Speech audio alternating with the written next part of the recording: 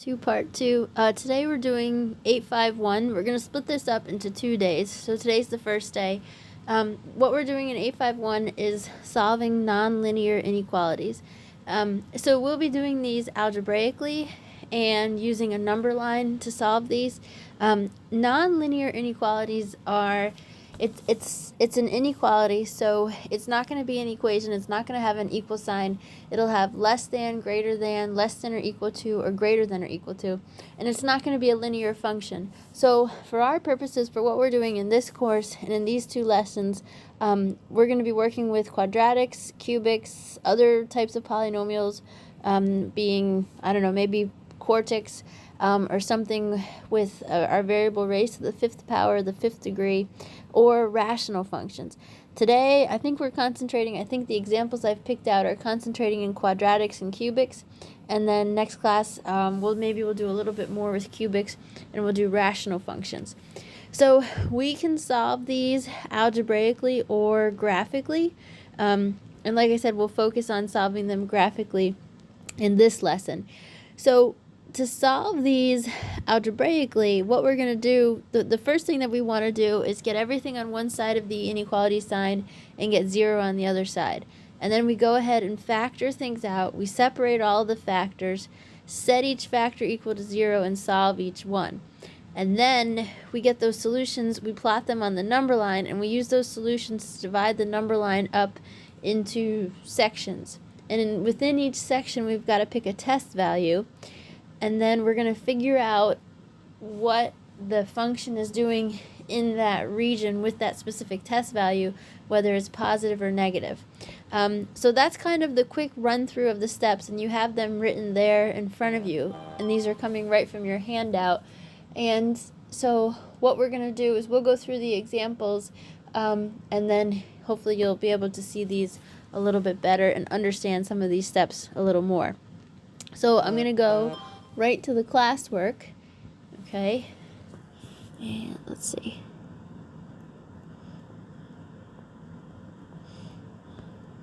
So for number 1, it's pretty straightforward. We have x minus 3 times x plus 3, and the whole thing is greater than 0. So this one is really nice. This is a quadratic, okay, because we have 2 factors, and if we were to go ahead and FOIL this out, our greatest exponent on x would be 2.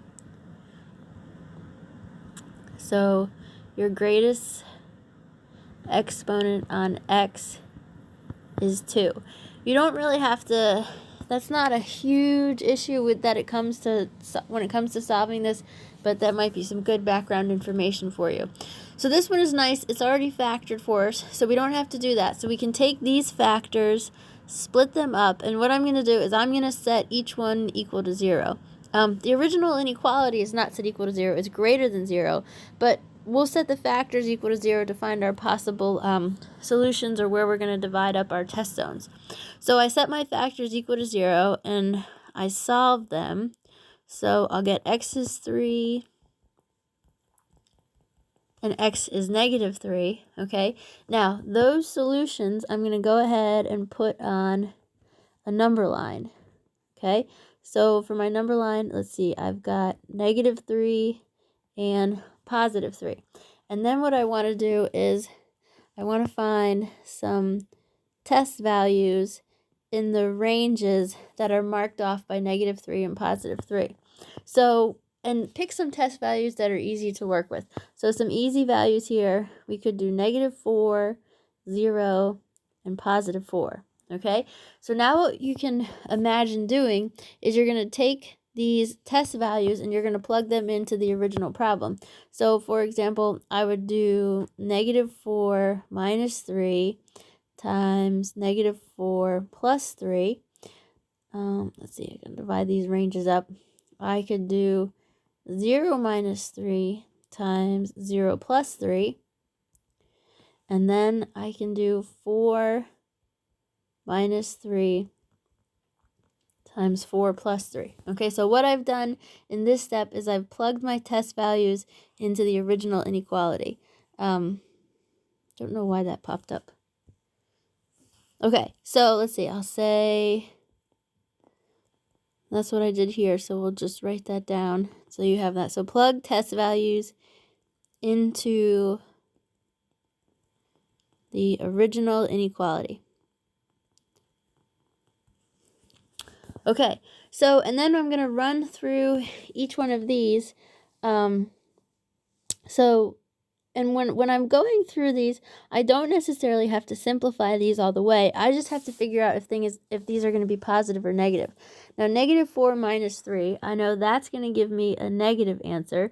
-4 plus 3, that's going to give me a negative answer.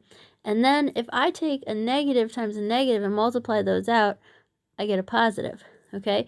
So in this range here, on the left side of -3, your inequality is positive. So then 0 minus 3, that's going to be a negative, and then 0 plus 3 is a positive, and a negative times a positive is a negative. So I know it's going to be negative in that range. 4 minus 3 is a positive. 4 plus 3 is a positive. So positive times a positive is a positive. So I know it's going to be positive on the right side of 3. Okay, so notice I didn't actually have to come up with the exact answers or the exact numbers, right? And these are pretty simple. Like I know -4 minus 3 is -7, but I don't need to do that. I can just figure out if it's negative or positive and then multiply those out. Now, if we go, excuse me, go back to the original problem, the original problem is asking us, okay, where is this inequality greater than 0? So where is it greater than 0, right? And if you're greater than 0, that means you are positive, okay? And so we can tell where we're positive from our number line, okay? So we're going to be positive on the left side of -3 and then on the right side of +3, okay? So we look to our number line for our answer, and then we'll go ahead and write that out with an inequality sign. So to the left side of -3, well, then that means if I'm on the left side of -3, I'm going to have x is less than -3, or, and then on the right side of +3, I can say x is greater than 3, okay? So that is my answer for number 1 on your classwork. So let's go on to number 2.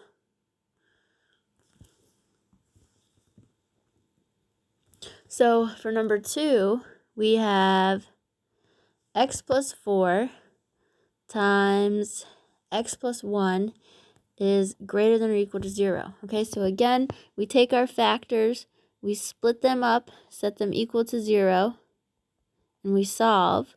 So -4 minus 4, x is -4, minus 1, x is -1. And then I'm going to go ahead and plot those on a number line. And actually, I'm going to give myself more room on this number line. Let's just take up the whole page. Okay, so we've got, let's see, -4 and -1. Okay, and then we want to pick our test values. So some easy values to pick. Let's do -5, -2, and 0. Okay, and then so then you can imagine plugging these test values in for x, right? So it's going to turn into -5 plus 4 times -5 plus 1, and then -2 plus 4 times -2 plus 1, and then 0 plus 4 times 0 plus 1. So then you have to go through and ask yourself, if things are positive or negative, okay? So -5 plus 4, let's see, that's going to be, that'll be negative. And then -5 plus 1, that'll also be negative. And then we know a negative times a negative is a positive, right? So then we're positive in this range on the left side of negative 4.